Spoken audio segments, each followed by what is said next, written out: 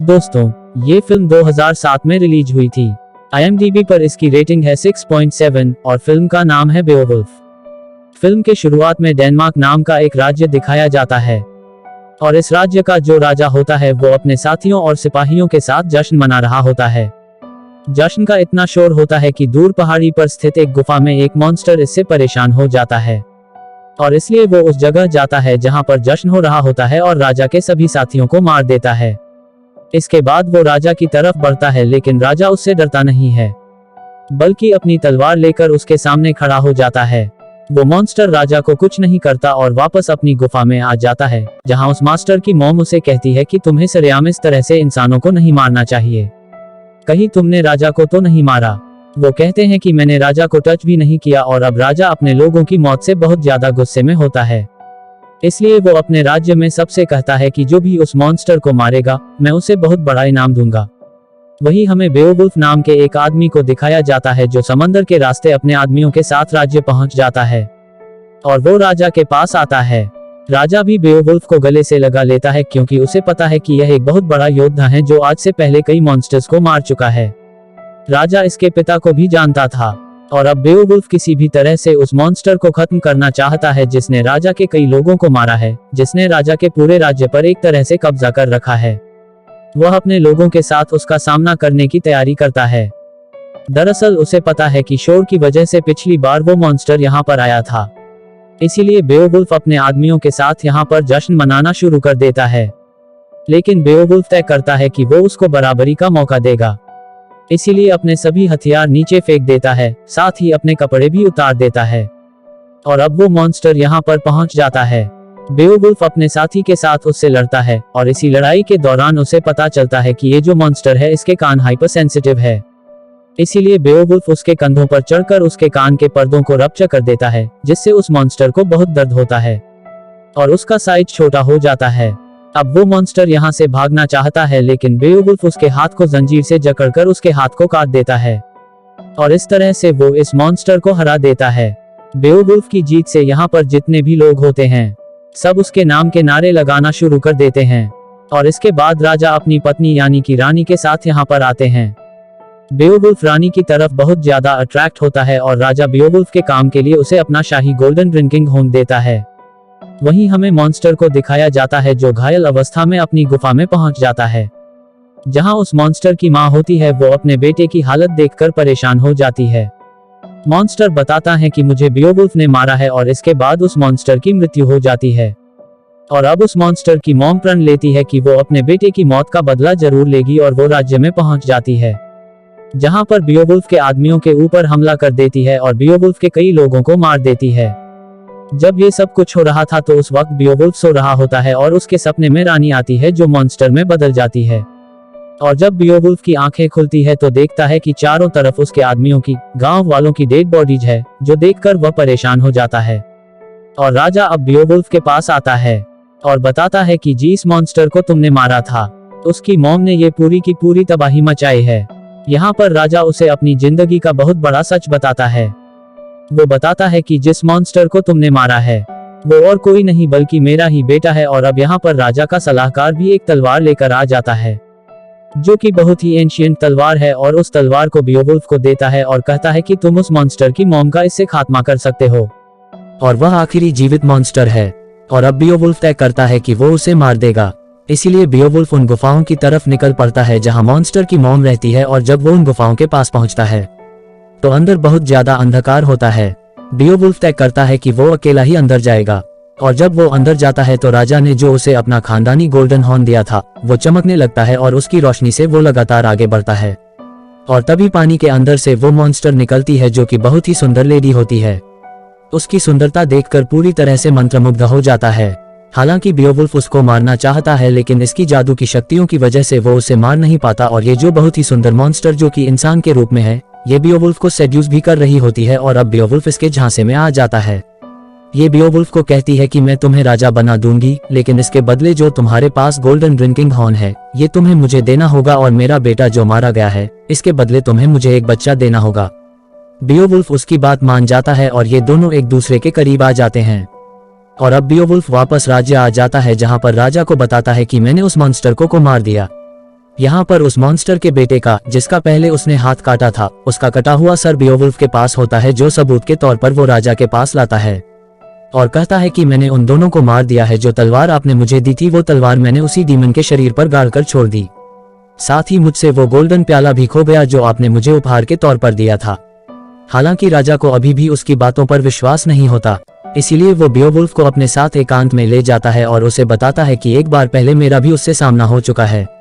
वो एक जादूगरनी है, उसके सुंदर रूप के जाल में मैं फंस गया, इस वजह से मैं उसके बच्चे का पिता बन गया, उस बच्चे का जो कि एक मॉन्स्टर था जिसे तुमने मारा है। लेकिन अब इन बातों से कोई फर्क नहीं पड़ता। अब जब दोनों ही मारे जा चुके हैं तो श्राप हमेशा के लिए खत्म हो चुका है। लेकिन बियोवुल्फ को एहसास होता है कि श्राप खत्म नहीं हुआ, बल्कि जो श्राप पहले राजा के ऊपर था अब वो उसके ऊपर आ चुका है। और अब राजा घोषणा करता है कि मेरे बाद इस राज्य का राजा अब बियोवुल्फ होगा और इसके बाद वो अपनी जान दे देता है। उसकी बॉडी नीचे गिर जाती है। सभी लोग बियोवुल्फ के सामने घुटने टेक देते हैं, उसे अपना राजा मान लेते हैं और तभी पानी के अंदर से वही डीमन निकलती है और राजा की बॉडी को पानी में ले जाती है। कई साल बीत जाते हैं और अब बियोवुल्फ बूढ़ा हो चुका है। वो एक सेना से युद्ध कर रहा होता है। दरअसल बियोवुल्फ ने आज तक कई मॉन्स्टर्स को मारा है, इसीलिए वो पूरी दुनिया में बहुत ज्यादा फेमस होता है। लेकिन अब वो पहले की तरह खुश नहीं रहता। युद्ध के बाद जब वो वापस डेनमार्क आता है तो वहां पर उसकी छोटी रानी को दिखाया जाता है। यानी कि राजा की मौत के बाद उसने रानी से, जिसकी तरफ वो अट्रैक्टिव था, उससे तो शादी की थी, उसके बाद उसने एक और शादी की है। और आज रात को यहाँ पर जश्न का दिन होता है, क्योंकि आज ही की रात को, आज ही के दिन उसने दोनों के दोनों डेमन्स को मारा था। और तभी पुराने राजा का सलाहकार आता है, जो अपने राजा बियोवुल्फ को वही गोल्डन ड्रिंकिंग देता है जो उसे पिछले राजा ने दिया था, जो उसने डीमन को दे दिया था। और अब ये सलाहकार उसे बताता है कि हमारे राज्य के एक आदमी को ये घास के मैदान पर मिला था। इसे देखने के बाद बियोवुल्फ समझ जाता है कि जरूर कोई ना कोई बड़ी मुसीबत राज्य पर आने वाली है। और होता भी ऐसे ही है। रात के अंधेरे में राज्य के एक गांव में एक ड्रैगन हमला कर देता है और कुछ ही देर बाद वो इंसानी रूप में आ जाता है। इसके बाद वो एक प्रीस्ट के पास जाता है और कहता है कि अपने राजा को बता देना, उसने जो भी पाप किए हैं बहुत जल्दी उसके सामने आएंगे। प्रीस्ट बियोवुल्फ के पास जाता और उसे सब कुछ बता देता है। यहाँ पर बियोवुल्फ समझ जाता है कि जो ड्रैगन प्रीस्ट के पास आया था वो और कोई नहीं बल्कि उसी का बेटा है, जिसे उसने गोल्डन ड्रिंकिंग होर्न दिया था और वादा किया था कि वो उसे एक बच्चा भी देगा। जिसके बाद बियोवुल्फ और वो सुंदर डीमन एक दूसरे के करीब आ गए थे। यानी कि ये जो ड्रैगन है, ये जो बच्चा है, ये और किसी का नहीं बल्कि बियोवुल्फ का ही है। इसीलिए बियोवुल्फ तय करता है कि एक बार फिर से वो उसी की गुफा में जाएगा ताकि अपने राज्य को, अपने लोगों को बचा सके। और अपनी पुरानी दोस्त के साथ, जिसके साथ वो पिछली बार गुफा के बाहर तक गया था, एक बार फिर से उसके साथ जाता है।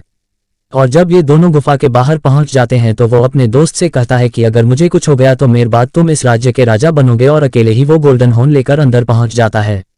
वो वहां पर गोल्डन हॉर्न फेंकता है, जिसके बाद वो गोल्डन डीमन वहां पर प्रकट होती है। बियोवुल्फ कहता है कि अपना ये गोल्डन हॉर्न ले लो और मेरे लोगों को छोड़ दो, पर वो उसे मना कर देती है। और अब यहाँ पर ड्रैगन आता है जो बियोवुल्फ के ऊपर हमला कर देता है। बियोवुल्फ किसी तरह से बचकर यहाँ से बाहर निकल जाता है, जहाँ पर उसका दोस्त भी होता है। और ये दोनों के दोनों देखते हैं कि वो ड्रैगन अब उन्हीं के राज्य की तरफ जा रहा है। ये दोनों उसे रोकने के लिए घोड़े से उसका पीछा करते हैं। बियोवुल्फ अपनी कुल्हाड़ी से उस ड्रैगन पर हमला करता है। उस कुल्हाड़ी के साथ एक रस्सी भी बंधी होती है और बियोवुल्फ उससे लटक कर ऊपर हवा में उड़ना शुरू कर देता है। यहाँ पर जो राज्य के तीरंदाज होते हैं वो भी ड्रैगन को देख लेते हैं और उस पर तीर चलाना शुरू कर देते हैं। तभी बियोवुल्फ ड्रैगन की गर्दन के उस हिस्से को देख लेता है जो नाजुक होता है। अब क्योंकि उसकी सेना यहाँ पर तीर चला रही होती है, इसीलिए वो रस्सी को काटकर नीचे कूद जाता है। ड्रैगन उसके लगभग सभी सैनिकों को मार देता है, चारों तरफ आग जला देता है। बियोवुल्फ एक ब्रिज पर जाता है और ड्रैगन के ऊपर कूद जाता है। ड्रैगन उसे अपनी पीठ से नीचे गिराना चाहता है, इसलिए उसे पानी के अंदर ले जाता है, जहां एक एंकर होता है। बियोवुल्फ एंकर को उसकी गर्दन पर फंसा देता है और एक बार फिर से बियोवुल्फ को लेकर वो ड्रैगन ऊपर आ जाता है।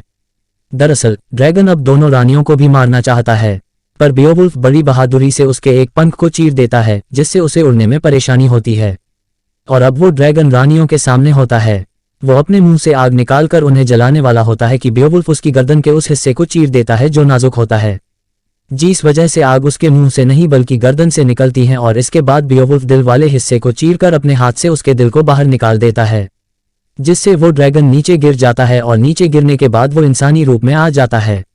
बियोवुल्फ भी पूरी तरह से जख्मी हो चुका है। वो ड्रैगन को यानी कि अपने बेटे को देखता है। वो उसके कंधे पर हाथ रखता है, क्योंकि उसे पता है कि इसकी कोई भी गलती नहीं है।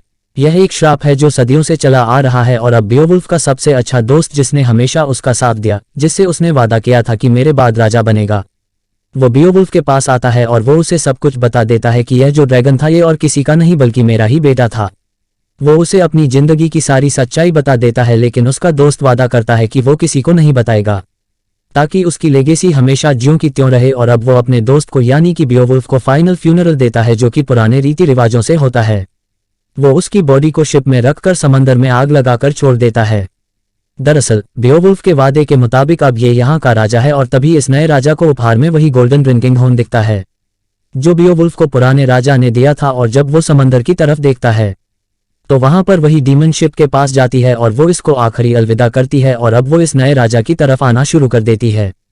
ये राजा भी उसकी खूबसूरती से अट्रैक्ट हो जाता है, उसकी तरफ पूरी तरह से मंत्रमुग्ध हो जाता है।